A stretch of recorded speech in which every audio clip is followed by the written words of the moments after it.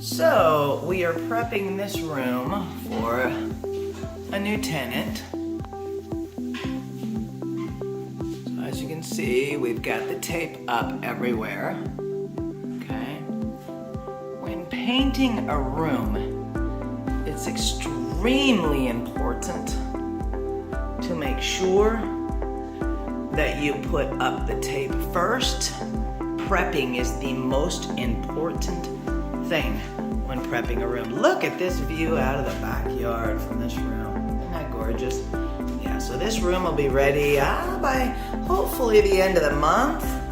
And this room will bring us $1,000 a month. $800 for the rental of the room, comes fully furnished. And $200 for utilities and the basics of food.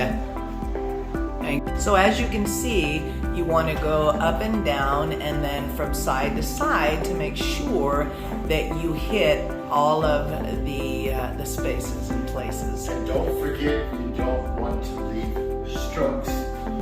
So as you're brushing, if you see a line up here, you need to go back over that line to make it disappear. Thank you for that hint, Randall Ruby.